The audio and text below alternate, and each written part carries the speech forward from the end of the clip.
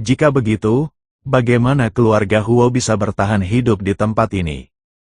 Chemping bertanya dengan rasa ingin tahu. Dengan bantuan tangga surgawi, banyak murid keluarga Huo akan dapat memasuki tangga surgawi. Dunia di dalam tangga surgawi memiliki banyak sumber daya. Ada juga biaya yang dipungut dari para kultivator yang memasuki tanah Wuang. Jika Anda ingin masuk dan menunggunya, Anda harus memasuki tanah Wuang terlebih dahulu. Keluarga Huo menggunakan ini untuk mengumpulkan sumber daya. Kata penguasa 10 istana, keluarga Huo cukup pandai bersenang-senang. Chemping senyum tipis, Tuan Chen, jika Anda juga ingin bermain di tangga surgawi, Anda harus berhati-hati terhadap keluarga Huo. Jika Anda membunuh Huo Ming, keluarga Huo tidak akan pernah membiarkan Anda pergi. Penguasa istana ke-10 memperingatkan, aku mengerti. Jika keluarga Huo terus memprovokasiku, aku tidak keberatan membuat mereka menghilang dari alam surga. Ketika 10 kepala istana mendengar ini, mereka juga tertawa dan berpikir dalam hati bahwa Tuan Si ada di balik layar. Jangankan satu orang dari keluarga Huo, bahkan jika 10 orang dari keluarga Huo datang, mereka semua akan musnah. Bo, sebaiknya kau berhati-hati. Perintah pembunuhan 10 istana dikeluarkan oleh Huo King. Jika tangga menuju surga benar-benar muncul di negeri Wuang, keluarga Huo pasti bisa mengeluarkan perintah pembunuhan terhadapmu. Ketika taruhannya dinaikkan, beberapa pendeta yang menuju tangga surgawi pasti akan tergoda dan berusaha mendekatimu. Namun, tidak semua orang tahu bahwa kamu memiliki pendukung yang luar biasa. Yun Li mengingatkan Chemping untuk jangan terlalu ceroboh. Aku mengerti, Chemping mengangguk. Kalian berdua bisa mengobrol dengan baik. Aku tidak akan mengganggu kalian. Aku juga ingin berlatih dan melihat apakah aku bisa meningkatkan wilayahku sebelum tangga itu muncul. Saya telah mengumpulkan begitu banyak tas penyimpanan dari 10 penguasa istana, dan ada cukup banyak sumber daya di dalamnya. Dengan begitu banyak sumber daya, seharusnya tidak menjadi masalah untuk mencapai tingkat yang lebih tinggi. Keluarga Huo, tempat yang tidak penting, Huo King sedang berdiri di aula utama ketika dia ditampar wajahnya oleh Huo Zhenfeng, kepala keluarga Huo. Huo King berdiri di sana tak bergerak, wajahnya penuh kengerian. Bo, kenapa kau tidak pergi ke istana 10 untuk berlatih? Kenapa kau memanggil kakakmu? Sekarang kakak tertuamu sudah meninggal, kamu masih berani kembali. Wajah Huo Zhenfeng penuh amarah. Tuan, masalah ini bukan salah tuan muda kedua. Ini semua karena orang bernama Chemping itu. Dia menargetkan tuan muda kedua dan menghancurkan 10 istana. Tuan muda kedua meminta bantuan. Kepala pelayan Lu berkata dengan hati-hati, diamlah, kau juga pantas dipukul. Kenapa kau mengikuti tuan muda keluar tanpa memberitahuku? Huo Zhenfeng menatap butler Lu dan berkata dengan marah. Pelayan Lu bergidik, Tuan, putra tertualah yang mengatakan kepada kami untuk tidak memberitahu. Dan kami merasa bahwa tidak ada kultivator di alam surga yang dapat menyakiti kami. Tapi siapa yang tahu? Tapi siapa yang tahu? Kepala pelayan Lu tergagap. Dia tidak tahu bagaimana seorang kultivator Mahayana biasa bisa memiliki orang sekuat itu di belakangnya. Tangga menuju surga akan segera muncul, dan pasukan tersembunyi di semua sisi siap bergerak. Beraninya kalian, para idiot, berkeliaran. Tidakkah kamu tahu bahwa selalu ada orang yang lebih baik darimu? Huo Zhenfeng ditanyai, Ayah, dendam kakak tertuaku harus dibalaskan. Aku tidak percaya bau itu akan tinggal di dinasti Xiao selama sisa hidupnya. Huo King juga ingin membawa orang untuk membalaskan dendam kakak laki-lakinya. Diamlah, tangga menuju surga akan segera muncul. Jangan berlarian. Kirim juga lebih banyak orang ke perbatasan. Selama kurun waktu ini, saya yakin banyak biksu akan datang ke Wuangland lebih awal. Ingatlah untuk mengenakan biaya lebih banyak saat waktunya tiba. Tentu saja, itu tergantung pada orangnya. Jika lawannya terlalu kuat, tidak apa-apa untuk mengurangi jumlahnya untuk menghindari konflik. Huo Zhenfeng memberi instruksi kepada butler Lu. Saya mengerti. Saya akan segera mengaturnya. Butler Lu mengangguk. Ayah, aku tidak akan merasa tenang jika tidak membalaskan dendam kakakku. Huo Qing berkata sambil menggertakkan giginya. Bukankah kau sudah mengeluarkan perintah perburuan untuk bau itu? Karena tidak ada yang berani mengambil tindakan dengan 100.000 batu roh abadi, maka tingkatkan menjadi 200.000. Ingat, uang membuat dunia berputar.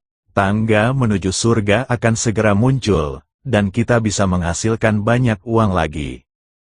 Huo Zhenfeng menaikkan hadiah menjadi 200.000 batu peri untuk diburu Chen Ping. Dinasti Xiao, Chen Ping mengabdikan dirinya untuk berkultivasi, dan sumber daya yang tak terhitung jumlahnya di sekitarnya dikonsumsi dengan kecepatan yang terlihat oleh mata telanjang. Chen Ping, keluarlah, audio Kamu di mana? asli channel tepat ketika Chen Ping sedang berlatih, sebuah suara marah terdengar. Adik kecil, bukankah kau berjanji untuk berbicara baik-baik padaku? Jangan marah. Lin Kevan mengikuti di belakang Lin Keting dan terus membujuknya. Ketika Lin Kevan kembali ke kota Ryu, dia memberitahu Chen Ping tentang tidur dengan Hua Yueying. Lin Keting datang dengan marah. Ketika Suan Bin melihat Lin Keting dan Lin Kevan yang marah mengikutinya, mereka semua tersenyum tipis. Mereka tahu bahwa masa-masa indah Chen Ping sudah berakhir. Chen Ping mungkin memiliki banyak wanita, tetapi dia juga harus menanggung banyak masalah dari wanita. Tuan Chen sedang berlatih, tidak seorang pun boleh mengganggunya. Pada saat ini, Hua Yueying berdiri. Ketika Lin Keting melihat Hua Yueying, dia langsung marah dan berkata, "Kamu yang mengikutiku untuk merebut laki-lakiku, kenapa kamu tidak mencari laki-laki lain, tetapi harus mencari Chen Ping?" "Bukan aku yang mencarinya, tapi dia yang mencari aku," kata Hua Yueying. Jika Chen Ping tidak meminta Hua Yueying untuk mengajarinya Ganlin Zishi, dia tidak akan harus berlatih kultivasi ganda dengan Hua Yueying. "Omong kosong, pasti kau yang merayunya, biarkan Chen Ping keluar dan menjelaskannya." Lin Keting sama sekali tidak mempercayainya, jadi dia ingin segera menemui Chen Ping untuk menanyakannya dengan jelas. "Saya bilang, Tuan Chen sedang berlatih, tidak boleh ada yang mengganggunya." Hua Yueying melambaikan tangannya, dan sebuah formasi menghalangi rumah Chen Ping. Lin Keting marah saat itu, melihat Hua Yueying merapal mantra, dia juga menyerang Hua Yueying secara langsung. Melihat ini, Hua Yueying juga mulai bertarung dengan Lin Keting tanpa ragu-ragu. Dua orang wanita sedang berkelahi, hanya bisa menonton dari pinggir lapangan, tidak ada seorang pun yang berani maju. "Berhentilah berkelahi, berhentilah berkelahi." Lin Kevan tidak punya pilihan selain membujuk dari samping.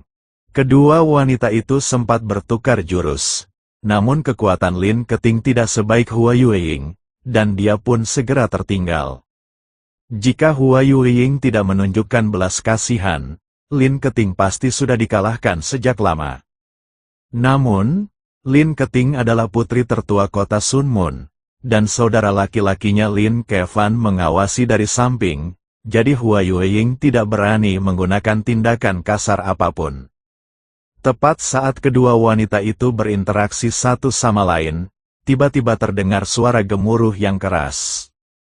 Langit seketika berubah hitam, dan awan guntur tebal menutupi seluruh dinasti Xiao. Adegan ini bagaikan kiamat dunia, Tuan Chen akan segera menerobos. Melihat pemandangan ini, Xiao Yuanshan buru-buru berkata. Melihat ini, Hua Yueying dan Lin Keting juga langsung berhenti dan menatap kosong. Mereka tahu bahwa ini adalah saat yang paling berbahaya bagi Chen Ping, dan mereka tidak boleh membiarkan Chen Ping terganggu. Tahukah Anda, itu sangat berbahaya ketika Anda sedang mengalami kesusahan guntur. Ledakan-ledakan, kilatan petir menyambar, guntur bergemuruh, dan sambaran petir menyambar satu demi satu. Saya tidak tahu berapa lama waktu yang dibutuhkan, tetapi langit berangsur-angsur cerah dan awan petir pun menghilang. Pintunya perlahan terbuka, dan Chen Ping perlahan berjalan keluar. Pada saat ini, Chen Ping telah mencapai alam Mahayana tingkat ketiga. Sekarang, kemajuan wilayah kecil telah membuat Chen Ping merasa sedikit acuh tak acuh. Bencana guntur ini tidak dapat melukai Chen Ping sedikit pun. Siapa yang berteriak saat aku sedang berlatih tadi? Tatapan mata Chen Ping menyapu Lin Keting dan Hua Yueying. Menghadapi Chen Ping, Lin Keting tiba-tiba menjadi malu dan tidak berani berteriak. Tuan Chen, dia ingin menemui Anda. Tetapi saya menghentikannya karena saya takut mengganggu latihan Anda. Hua Yueying berkata, apa kau tidak tahu bahwa diganggu saat berlatih itu tabu? Apa kau ingin membuatku gila dan membunuh suamiku? Chen Ping menanyai Lin Keting, aku tidak, aku tidak. Lin Keting segera menggelengkan kepalanya, bagaimana mungkin dia bisa menyakiti Chen Ping, dia terlalu marah tadi. Aku harus menghukummu hari ini. Setelah Chen Ping selesai berbicara, dia menarik Lin Keting dan berjalan masuk ke dalam rumah. Kakak, selamatkan aku. Selamatkan aku. Lin Keting sedikit panik. Dia tidak tahu bagaimana Chen Ping akan menghukumnya. Chen Ping, aku hanya sedikit marah. Aku tidak bermaksud mengganggu latihanmu. Tolong maafkan dia kali ini. Lin Kevan buru-buru mengikuti Chen Ping untuk memohon belas kasihan. Tetapi Chen Ping mengabaikannya dan membanting pintu. Tak lama kemudian, suara Lin Keting terdengar dari dalam ruangan. Tetapi semakin banyak orang mendengarkan, semakin mereka merasa ada yang tidak beres. Suara Lin Keting tidak terdengar seperti orang yang baru saja dipukuli. Dia tampak sangat bahagia. Wajah Hua Yueying tiba-tiba memerah. Dia baru saja mengalaminya, jadi tentu saja dia tahu apa maksud teriakan Lin Keting. Pada saat ini, Hyun Bin juga mendengarnya dan berbalik dengan malu.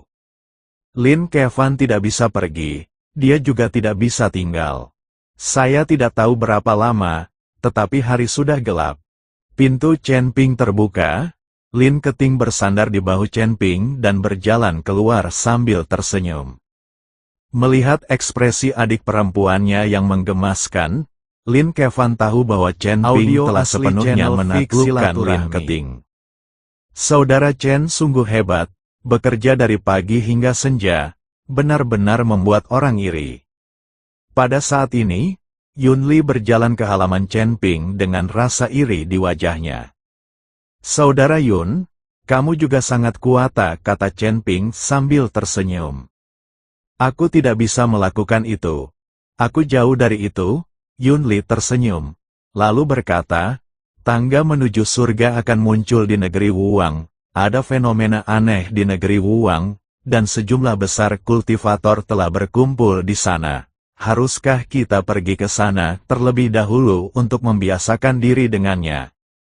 Tentu saja, bahkan jika kamu tidak memberitahuku, aku juga ingin pergi dan melihatnya. Ketika Chen Ping mendengar ini, dia mengangguk setuju. Baiklah, kita akan berangkat besok, tapi demi keselamatanmu, kita harus pergi sendiri-sendiri. Bagaimanapun, Tanah Wuwang adalah wilayah keluarga Huo. Dengan begitu banyak dari kita bersama, mudah bagi mereka untuk menargetkan kita. Kata Yun Li, baiklah. Aku akan pergi sendiri besok, dan kamu bisa naik pesawat. Ingatlah untuk membawa lebih banyak sumber daya. Lagi pula, tidak ada sumber daya yang bisa diisi ulang di negeri Wuwang. Chen Ping masih ingat kata-kata dari 10 penguasa istana. Tidak ada sumber daya di tanah Wuwang, bahkan tidak ada energi spiritual. Jika seseorang bertarung di tanah Wuwang dan menghabiskan terlalu banyak energi, tidak akan ada cara untuk mengisinya kembali. Anda hanya dapat membawa sejumlah kecil sumber daya, dan menghabiskan sumber daya Anda sendiri untuk berlatih. Setelah kesepakatan, Chen Ping menghubungi Xing Daorong semalam dan memintanya untuk mengirim semua batu peri di kota binatang. Chen Ping menarik Hua Yueying dan kembali ke kamar. Kali ini, Hua Yueying dan Lin Keting bersama, yang dapat dianggap sebagai upaya Chen Ping untuk mendamaikan keduanya. Keesokan paginya, Xing Daorong mengirim 100.000 batu peri, dan Chen Ping meminta Ji Yun untuk mengeluarkan pesawat udara. Karena kekuatan Ji Yun masih terlalu rendah, tidak ada gunanya pergi ke Wuang Len. Lagi pula, jika dia tidak menaiki tangga ke surga, tidak ada keberatan untuk pergi ke tempat seperti Wuang Len yang tidak memiliki sumber daya. Selain itu, Ji Yun sekarang memiliki seorang adik perempuan, dan dia bisa berada dalam pelukan seorang wanita yang lembut sepanjang hari, jadi dia tidak ingin berlarian kemana-mana. Chen Ping menyerahkan pesawat itu kepada Xuan Bin untuk dikendalikan, sehingga setiap orang tidak perlu menghabiskan energi apapun dalam perjalanan ke Tanah Wuang, dan mereka juga bisa berlatih di pesawat itu. Chen Ping sendiri terbang di udara, menuju ke tempat Wuang sesuai dengan lokasi yang disebutkan oleh 10 penguasa istana. Hyun Bin, Zhou Tang, Chang Yue, Hua Yueying, Yun Li, Silan, 10 master istana, Lin Kefan, dan Lin Keting. Orang-orang ini semua berada di dalam pesawat, mengikuti Chen Ping dari belakang, menjaga jarak tertentu. Sepanjang perjalanan, rombongan juga bertemu banyak biksu yang sedang menuju ke Tanah Wuang.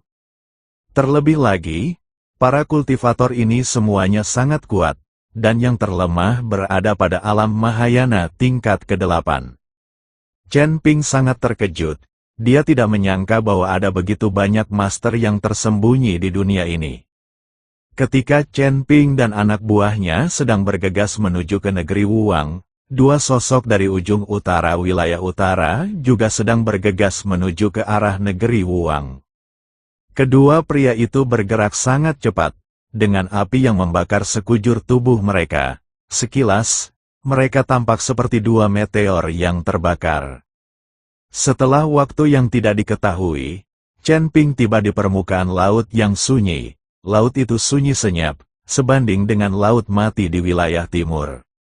Melihat ke atas, ada area abu-abu di depan, seolah-olah ada penghalang, dan itu adalah ujung dunia surgawi. Setelah melewati sini, kita akan sampai di tanah yang tak berarti. Chen Ping menarik napas dalam-dalam dan kemudian terbang menuju area abu-abu. Di belakang Chen Ping, Xuan Bin menaiki pesawat udara. Tetapi tepat setelah Chen Ping mencapai wilayah abu-abu, tiba-tiba sebuah kekuatan misterius datang untuk menekannya. Chen Ping mengabaikannya dan menggunakan tubuhnya yang kuat untuk menghancurkan tekanan itu menjadi berkeping-keping. Pada saat ini, seorang lelaki tua berjalan keluar dari area abu-abu.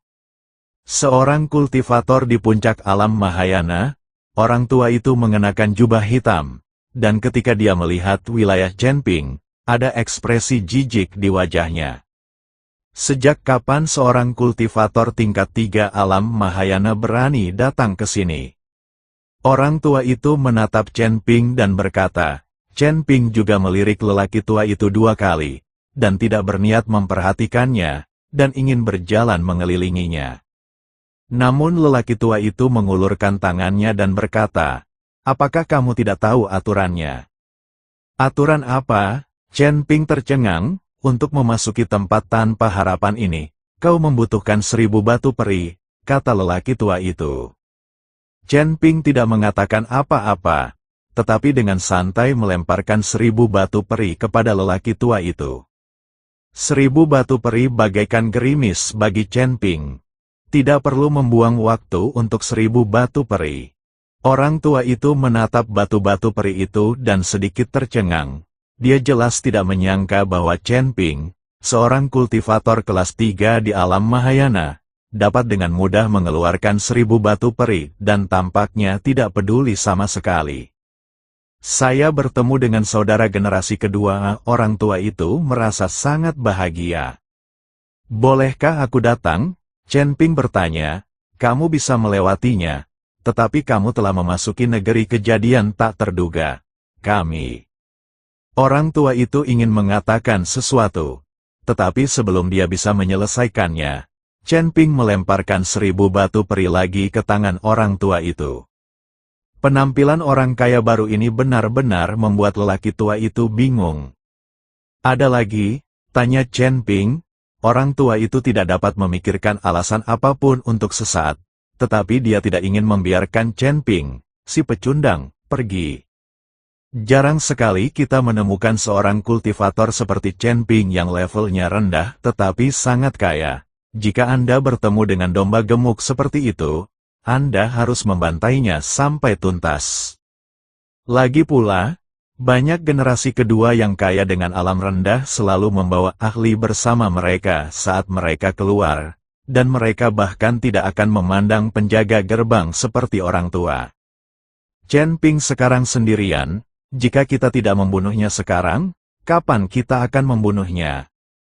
Tentu saja, uang ini bisa membawa Anda ke negeri antah berantah, tetapi setelah Anda masuk, masih ada biaya sanitasi, biaya kepala, tol, biaya jembatan. Orang tua itu menghitung dengan jarinya dan menjelaskan setiap hal kepada Chen Ping. Katakan saja berapa banyak batu peri yang kau butuhkan. Chen Ping terlalu malas untuk mendengarkannya. Perlu, orang tua itu menghitung, dan akhirnya menggertakkan giginya. Aku butuh 5000 batu roh peri. Untukmu, begitu lelaki tua itu selesai berbicara, Chen Ping langsung melemparkan 5000 batu peri. Orang tua itu tercengang, lalu menamparnya dengan keras. Bow, ini terlalu sedikit. Mengapa aku begitu bodoh? Dia bertanya dengan gigi terkatup, dan hanya berani meminta 5000 batu peri. Jika saya meminta lebih, pihak lain jelas akan memberikannya kepada saya. Mengapa? Orang tua itu sangat menyesalinya. Tunggu sebentar. Situasimu agak istimewa. Kami butuh orang tua kami untuk datang ke sini langsung. Orang tua itu menghentikan Chen Ping dan berkata, apakah kamu anggota keluarga Huo? Tanya Chen Ping. Benar sekali. Lelaki tua itu mengangguk. Tapi jangan sebut-sebut tentang mengenal keluarga Huo kami. Itu tidak ada gunanya. Ini aturan kami. Kamu tidak boleh menggunakan pintu belakang. Jangan khawatir. Aku tidak akan menyebutkannya. Tapi aku benar-benar mengenal dua tuan muda Huo Ming dan Huo Qing dari keluarga Huo Mu, kata Chen Ping sambil tersenyum. Oh, tuan muda kita kenal banyak orang. Banyak orang yang datang ke sini mengatakan mereka kenal mereka berdua. Tapi Master Huo Ming kita sudah meninggal beberapa waktu lalu. Kamu bahkan tidak tahu ini, jadi mungkin kamu tidak punya hubungan dekat dengan master kita. Sembari bicara, lelaki tua itu mengeluarkan slip giok transmisi suara. Saat kekuatan spiritual lelaki tua itu disuntikkan ke dalam potongan batu giok itu, sebuah suara segera terdengar. Ada apa? Terdengar suara yang sangat tua dari seberang sana. Penatua Liu? Ada seseorang dengan identitas khusus yang perlu memasuki tanah Wuang, saya ingin Anda datang dan memeriksanya sendiri. Orang tua itu buru-buru berkata dengan suara rendah. Mengerti, pihak lain hanya menjawab dengan acuh tak acuh. Sesaat kemudian, aura mengerikan tiba-tiba muncul, diikuti oleh kemunculan seorang lelaki tua berjubah indah. Saat lelaki tua itu muncul, kekosongan di sekitarnya mulai berputar. Tingkat kedua alam abadi, tidak peduli dari segi kekuatan atau pakaian, sudah jelas bahwa lelaki tua berjubah indah itu satu tingkat lebih tinggi. Penatua Liu, ini ikan besar. Orang tua berjubah hitam itu menghampiri tetua Liu dan berbisik. Penatua Liu mengangguk, berjalan mendekati Chen Ping dengan serius, menatapnya dan berkata, kamu hanya seorang kultivator Mahayana tingkat 3, mengapa kamu ada di tempat yang malang ini? Bermain? Tidak boleh, kata Chen Ping dengan tenang. Tentu saja kami mengizinkannya. selama Anda membayar biayanya, kami akan. Saya sudah membayar semua biayanya, Chen Ping menjawab tanpa menunggu Tetua Liu selesai berbicara. Penatua Liu, semua tol, biaya sanitasi, dan biaya kapitasi telah dibayarkan. Orang tua berjubah hitam itu dengan putus asa mengikuti arahan Penatua Liu dan mengedipkan mata padanya. Aku tahu kau sudah menyerahkannya. Jadi tentu saja kau boleh masuk, tetapi wilayahmu terlalu rendah. Kau juga tahu bahwa tangga menuju surga akan segera terbuka. Banyak master telah datang ke tanah uang kita. Jika kau berada di level ini dan tidak ada yang melindungimu, kau akan terbunuh dalam hitungan menit. Jadi, saat Anda memasuki negeri tanpa takdir, Anda membutuhkan seseorang untuk melindungi Anda. Seseorang harus bertanggung jawab atas keselamatan Anda, jadi biaya keamanan ini perlu dipungut. Tetua Liu berkata dengan serius, "Berapa banyak yang kamu butuhkan?" tanya Chen Ping. 5.000, orang tua berjubah hitam itu terbatuk putus asa, lalu meraih Tetua Liu dan menariknya ke samping. "Penatua Liu, ini ikan besar, jangan takut mengambilnya," bisik lelaki tua berjubah hitam itu. 5.000 sudah cukup bagiku, jangan minta lebih, atau dia akan lari. Kata Tetua Liu, "Kau tidak bisa lari." Dia memberiku 7.000 batu peri tanpa berkedip, kata lelaki tua berjubah hitam itu. Hebat sekali ya, Tetua Liu tercengang, lalu dia tertawa gembira. Chen Ping, yang berdiri di samping, memandang dua orang yang berbisik-bisik itu dan ikut tertawa. "Dua orang pria bodoh, saya baru saja membicarakannya. Dalam kasus Anda akan membutuhkan 50.000 batu roh abadi. Kamu hanya perlu membayar 50.000 batu roh abadi, dan kami dapat memastikan tidak akan terjadi apa-apa padamu di tanah uang. Ketika tangga menuju surga turun, jika Anda ingin memasukinya dan bermain-main, kami dapat membantu Anda." Penatua Liu menjelaskan kepada Chen Ping secara rinci, mungkin karena dia takut 50.000 batu peri akan membuat Chen Ping melarikan diri. 50.000 batu roh abadi, tidak banyak. Chen Ping tidak ragu-ragu. Dia mengeluarkan tas penyimpanan dan melemparkannya ke Penatua Liu. Penatua Liu menatap batu peri itu dan segera tersenyum dan berkata, "Baiklah, kamu boleh masuk. Aku akan segera mengirim seseorang untuk melindungi keselamatanmu. Jika kau butuh sesuatu di negeri Wuang, katakan saja padaku, aku akan memuaskanmu." "Terima kasih," kata Chen Ping, dan berjalan masuk tanpa menoleh ke belakang. "Kami kaya, kami benar-benar kaya. Kami hanya perlu membayar 1.000 kepada penguasa, dan sisanya milik kami," kata lelaki tua berjubah hitam itu dengan penuh semangat. "Kenapa kau begitu bersemangat? 50.000 batu roh abadi ini milikku. Kau bisa memberikan 1.000 dari 7.000 batu roh abadi yang kau inginkan kepada atasan, dan menyimpan sisanya untuk dirimu sendiri. Aku akan berpura-pura tidak melihatnya." Tetua Liu melotot ke arah lelaki tua berjubah hitam itu dan berkata. Orang tua berjubah hitam itu tertegun, tetapi dia tidak berani membantah, dia hanya bisa mengangguk dengan putus asa. Pada saat ini, sebuah pesawat udara besar datang perlahan, dan Lin Kevan berdiri di depan pesawat udara itu. Melihat ini, Tetua Liu dan lelaki tua berjubah hitam semuanya menjadi serius. Ketika Penatua Liu melihat Lin Kevan di pesawat udara, dia berinisiatif untuk menyambutnya. "Bukankah dia pangeran keempat dari kota matahari dan bulan? Aku sangat tidak sopan," kata Tetua Liu sambil tersenyum di wajahnya. "Berapa biaya yang harus kubayar untuk memasuki negeri Wuang?" Lin Kevan bertanya tanpa ekspresi. "Berapa biaya masuk pangeran keempat? Kamu bisa masuk sesuka hati." Tetua Liu berkata dengan tergesa-gesa, "Saya punya beberapa teman di pesawat udara ini. Apakah Anda ingin mencobanya?" Lin Kevan berkata, Tidak ada apa-apa. Penatua Liu melambaikan tangannya berulang kali.